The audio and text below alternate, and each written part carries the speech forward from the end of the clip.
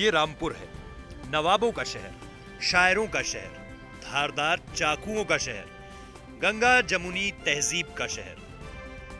ये हमारे जो बीजेपी के मोदी साहब हैं। लेकिन इस वक्त ये शहर चर्चा में इसलिए है कि यहाँ की संसदीय सीट पर बीजेपी की जयाप्रदा सपोर्ट करने के लिए, सम्मान करने के लिए आए हैं। उसकी असलियत समझने में आपको 17 बरस लगे। एसपी बीएसपी आरएलडी गठबंधन के आजम खान के बीच सीधी टक्कर है और वो टक्कर अब भाषा की टूटती मर्यादा तक पहुंच गई है। 17 बरस लगे।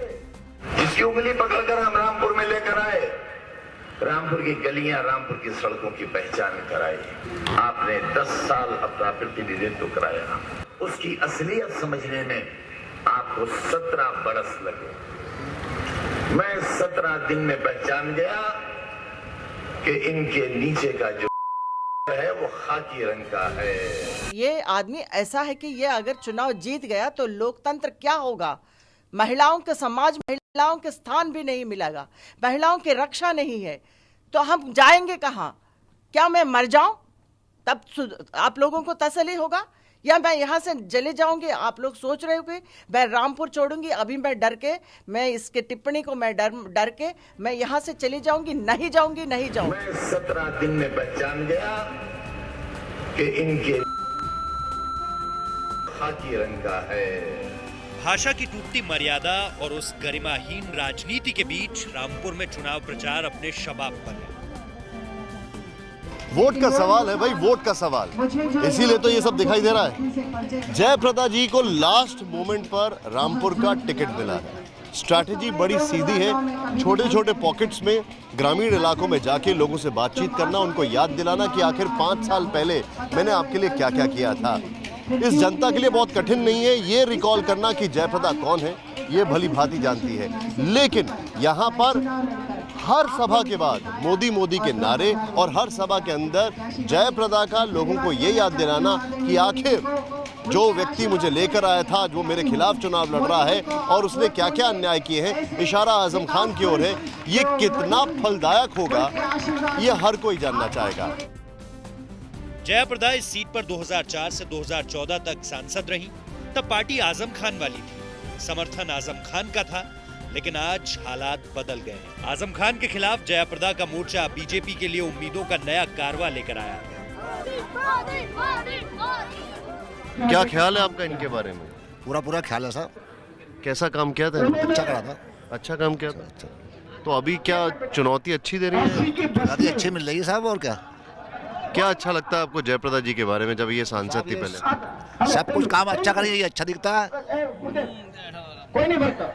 कैसा काम रहा है जयप्रदा? बड़े काम भाई साहब, बड़े अच्छा। मोदी जी का अच्छा नहीं दिए, अभी तो कर रहे हैं, उन्हें वोट देंगे, उन्हें जिताएंगे। काम अच्छा दिखाओ है। काम अच्छा है इनका, आजम खान से बेहतर है। वैसे इन्होंने जब पहले थी रामपुर में सांसद तो काम किया था साहब। हमें जो जितनी सरकार चलेगी जो अच्छे बनाती है उसको एक वोट देना, जो गरीबों के सक में नियम करती है उसके सही वोट देना। 2004 के लोकसभा चुनाव में आजम खान ने जयाप्रदा के लिए प्रचार किया, लेकिन 2009 में दोनों के बीच काफी खटपट होने लगी। जैसे तैसे 2009 में जयाप्रदा को समाजवादी पार्टी ने दोबारा टिकट दिया, लेकिन 2014 में उन्हें पार्टी से बाहर जाना पड़ा और तब जयाप्रदा ने राष्ट्रीय लोकदल के टिकट पर रामपुर छोड़ दिया और अब 2019 में वो फिर रामपुर लौटी है। कभी आजम खान ने जिसके लिए प्रचार किया था, वही जयाप्रदा उसी आजम खान पर रामपुर के ग्रामीण इलाकों में विकास की अनदेखी करने का आरोप लगा रही है। जया कहती है कि जो मंत्री रहे वो शहरों तक रह गए, गांव की सुध नहीं ली।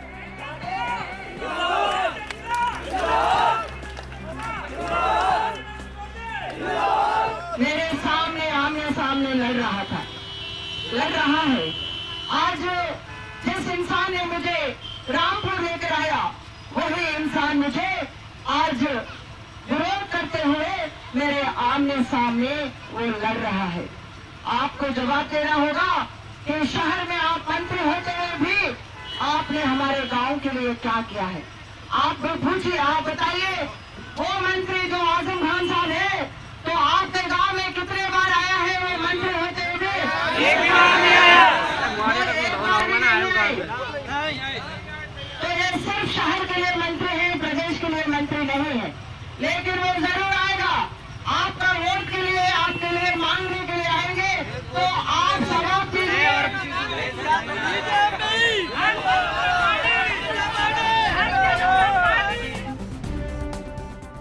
रामपुर लोकसभा सीट में कुल 5 विधानसभाएं हैं। 2017 के विधानसभा चुनाव में समाजवादी पार्टी 3 सीटों पर विजयी हुई तो बीजेपी महज 2 सीट पर रह गई। आजम खान रामपुर से विधायक हैं और अब 2019 के दंगल में सांसद का चुनाव लड़ रहे हैं। सपा सरकार में बतौर मंत्री रहते हुए आजम खान ने रामपुर शहर की तस्वीर बदली। स्थानीय लोग भी मानते हैं कि रामपुर के विकास का श्रेय आजम खान को जाता है। गांधी समाधि अब रामपुर की पहचान है और उसी गांधी समाधि के पास ऐसी तस्वीरें दिखती हैं जो रामपुर की कायापलट की कहानी बयां करती हैं। रामपुर की एक पहचान ये गांधी समाधि भी है। कहते हैं कि बापू की अस्थियां नवाब रजा अली खान स्वर्ण कलश में रामपुर लेकर के आए और ठीक इस जगह पर उन्हें दफनाया गया और आज ये रामपुर की विरासत है, रामपुर की धरोहर है। लेकिन एक दूसरी तस्वीर रामपुर की जो दिखती है वो किसी स्मार्ट सिटी से कम नहीं दिखती। मसलन जो शहरी इलाका है, लोग मानते हैं कि इसकी जो तस्वीर बदली है उसका श्रेय आजम खान को जाता है। बतौर समाजवादी पार्टी सरकार में मंत्री रहे आजम खान ने यहाँ शहरी इलाकों में काफ़ी काम कराए। लोग ये मानते हैं कि बिजली से लेकर के बेहतरीन सड़क की सुविधा आजम खान ने दी। लेकिन आरोप ये भी है कि ग्रामीण इलाके उस विकास से दूर रह गए क्योंकि आजम खान ने उन इलाकों की अनदेखी की। रामपुर की एक बड़ी पहचान रामपुरिया चाकू है। चाकू की धार तो समझ में आती है, लेकिन यहाँ की सियासी धार उससे भी ज्यादा पैनी हो गई है। इस रामपुरी चाकू को लेकर चर्चाएं तो बहुत होती हैं, लेकिन अलग अलग सरकारें, अलग अलग लोग आए, इसको बढ़ावा दिया गया किसी रूप? बढ़ावा तो किसी ने कुछ नहीं दिया इसको। बस ये चाकू इसीलिए बिकता है कि ये रामपुर का चाकू फेमस है, बस इसलिए बिकता है। इसके लिए बढ़ावा क्या? बढ़ावा तो कभी भी रामपुर में चाकू को नहीं मिला। ना कोई फैक्ट्री लगी, ना कोई कारखाने ज़्यादा बड़े। चुनावी मौसम है तो जाहिर सी बात है उसी की बात होगी। क्या हाल है चुनावों में? क्या लग रहा है आपको, खासकर ये देखते हुए कि रामपुर में टक्कर बड़ी अजीब व गरीब हो गई है? सब अजीब गरीब तो टक्कर होने हैं। जय प्रदा जी खड़ी हुई हैं, इधर हमारे माननीय मोहम्मद आजम साहब खड़े हुए। आजम साहब ही एक टाइम में जयप्रदा जी को लाए थे और आज एकदम आमने सामने। हो सकता है कि जय प्रदा को समाजवादी ही लाई थी और उन्होंने जिताया था। हो सकता है उनसे हार जाए या जीत जाए, भाई दोनों में से एक ही काम होगा। जिसने ज़्यादा अच्छा काम किया होगा। रामपुर में आम पब्लिक को कुछ नहीं पता किसका काम कहाँ क्या ज़्यादा हो रहा है, लेकिन जो रामपुर की पब्लिक है तो वो रामपुर के ही काम को देखेगी। रामपुर आज सियासी ताप में तप रहा है तो इसको ठंडक इसके शायराना अंदाज से मिलती है। हिंदुस्तान में उर्दू की शायरी का तीसरा स्कूल कहे जाने वाले रामपुर में जब दिल्ली के गालिब आए थे तब उन्होंने एक शेर कहा था, ये रामपुर है दारुस सुरूर है। रामपुर गंगा जमुनी तहजीब और एक से एक बढ़कर पहचान, लेकिन उर्दू के फ़लसफ़े और उर्दू शायरी वो यहाँ की पहचान है। एक शायर रामपुर को किस नज़रिए से देखता है, क्योंकि जब गालिब ये कहते हैं कि ये अमन सुकून का शहर है तो यहाँ के दूसरे शायर रामपुर को किस नज़रिए से देखते हैं? रामपुर को देखिए, जो अब से पहले भी तसव्वुर था कि गालिब ने कहा था, आपने जैसे फरमाया दारुस सुरूर है और सिटी ऑफ जॉय है। सिटी ऑफ जॉय का मतलब ये था कि ये एक तरीक़े का शहर शिराज है। यहाँ पर अदब, कल्चर, ज़बान, गंगा जमनी तहज़ीब, विरासत सब कुछ है।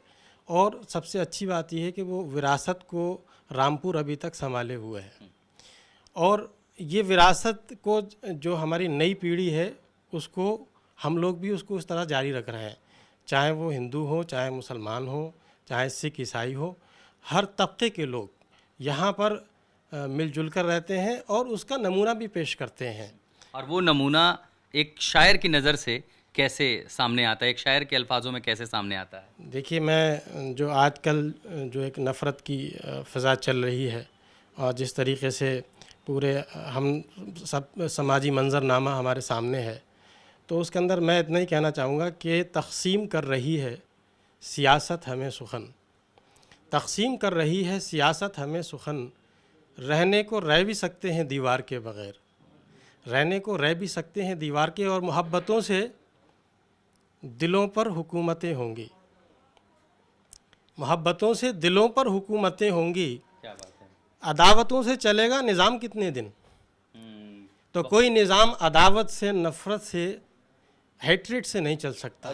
चुनावी फिर क्योंकि अभी समय है, हम आगे भी बढ़ेंगे, लेकिन रामपुर को अगर हम समझें, यहाँ की जो गंगा जमुनी तहजीब है और वो शायरों ने भी बचा के रखी है, लोगों ने भी बचा के रखी है, उस तहजीब पर ताहिर फराज साहब रामपुर क्या कहता है? उस तहजीब का तकाजा ये है कि जैसे मैंने आपसे अर्ज़ किया, वो बात इशारे में हो गई। मैंने किसी पार्टी या किसी जमात का नाम तो नहीं ले सकता मैं, इसलिए कि सब हमारे मुल्क की जो है वो जमातें हैं, सब सियासी पार्टीज़ हैं और सब लोग हैं, उनका अपना अपना एक मैनिफेस्टो है और नज़रिया है। बात सिर्फ इतनी सी है कि क्या हमारे मुल्क की मिट्टी, जैसे मैं अभी आपसे अर्ज़ कर रहा था कि मेरा मिजाज बनाया किसने है, वो इस मुल्क की मिट्टी ने बनाया है, क्योंकि मैं यहाँ पैदा हुआ। दो अल्फाज हो जाए। इस मुल्क की मिट्टी की खुशबू जो है वो हमेशा भाईचारा, प्यार, मोहब्बत और अमन की है। जन्नत का नमूना हो दुनिया में वतन मेरा, खुश रंग चमन मेरा, सोने का बदन मेरा, मैं इसकी ही शाखों पे बुलबुल की तरह चहकूं, मैं इसके ही फूलों में खुशबू की तरह महकूं, मस्ती हो मुझे इतनी रिंदों की तरह बहकूं, कुर्बान इसी पर हो सौ जान से तन मेरा, खुश रंग चमन मेरा।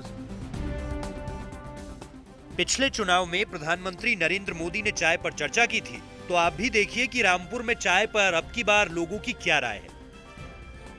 तो रामपुर का मिजाज, रामपुर शहर से, और शहर में रोजाना की तरह लगने वाली चाय की चौपाल। ये तमाम जो युवा हमारे साथ हैं, तमाम जो लोग हैं, इनसे एक समझने की कोशिश करेंगे कि 2014 और 2019 में जो मिजाज रामपुर का है वो कुछ बदला है या तस्वीर वैसी ही है? देखिए, पिछले इलेक्शनों में जिस तरीके से मोदी जी की लहर थी और मोदी जी ने 5 साल जो कार्य करा है, ये तो बात फैक्ट है कि मोदी जी ने बहुत कार्य करा है, लेकिन पब्लिक जो है उस तरीके से संतुष्ट नहीं है जो होना चाहिए थी। तो कहीं ना कहीं बीजेपी की जो लहर है पिछले बार के मुकाबले में उसमें कमी है। 5 साल में मोदी सरकार का कामकाज कैसा रहा? उम्मीदों के मुताबिक खरे नहीं उतरे ये, और जो 2 करोड़ देने का वादा किया तो वो भी नहीं दिए। अगर 2 करोड़ के हिसाब से लगाए हैं तो 10 करोड़ रोजगार होगा, तो ये तो फ्लॉप साबित हुआ है। किसको किसको लगता है रामपुर में आजम खान ने विकास किया है? जी, आजम खान ने विकास किया है। मोदी जी के कामकाज का फायदा रामपुर में बीजेपी को मिलेगा? नहीं मिलेगा। क्यों ऐसा? यहाँ कामकाज किए ही कभी उन्होंने, मोदी जी ने यहाँ पर। आप लोगों का क्या राय है? रामपुर में बीजेपी की सरकार ने कितना काम किया?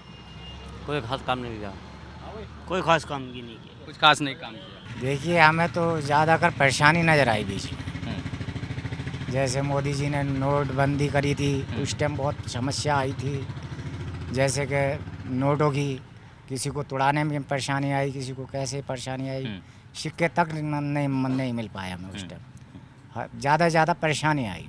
वो बस यही है कि मतलब गरीबी की बात तो हर एक नेता करता है, लेकिन बस कुछ नेता बात ही करके छोड़ देते हैं। लेकिन हमें जहाँ तक लगता है, क्या जो हमारे रामपुर के नेता हैं इस टाइम, माननीय मोहम्मद आजम खान, ज़्यादातर उन्हीं की सपोर्ट में हैं।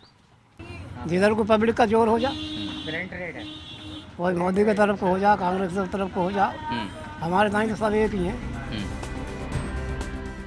जयप्रदा पर बीजेपी को भरोसा है तो आजम खान महागठबंधन के बूते जीत की उम्मीद लगाए बैठे हैं। लेकिन इस चुनाव में क्या सोचते हैं रामपुर के किसान?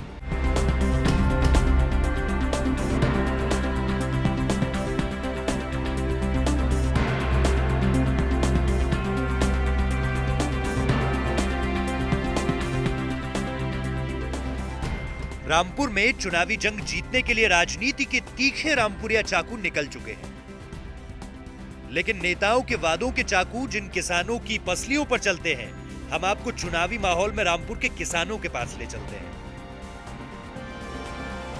रामपुर भी गन्ना उत्पादक इलाकों में से आता है और यहाँ पर भी दरअसल समस्या वही है कि पैसा समय से नहीं मिलता। अब वीर सिंह जैसे यहाँ कई सारे किसान हैं, आइए वीर सिंह जी आपसे बात करेंगे और ये तमाम लोग जो इस खेती में शामिल हैं उनसे ये समझने की कोशिश करेंगे कि गन्ना किसानों के लिए अपनी गाढ़ी कमाई मिलना कितना मुश्किल होता है। आपका कितना बकाया पैसा मिल गया और अभी कितना बाकी है? अभी तो बहुत बाकी है साहब, अभी तो कम से कम 2 महीना के पीछे से पेमेंट अभी रह गई है। अब फिर रुक गई पेमेंट।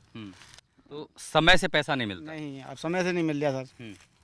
योगी जी जब रैलियों में जाते वो कहते रहे कि जो पहले का बकाया था, पिछली सरकार बकाया करके गई, हमने वो दे दिया, बाकी पैसा लगातार मिल रहा है किसानों को। नहीं, लगातार नहीं मिला, पीछे रुक गया पैसा। जो गन्ना किसान हैं उनकी नाराजगी क्या चुनावों में दिखाई पड़ सकती है?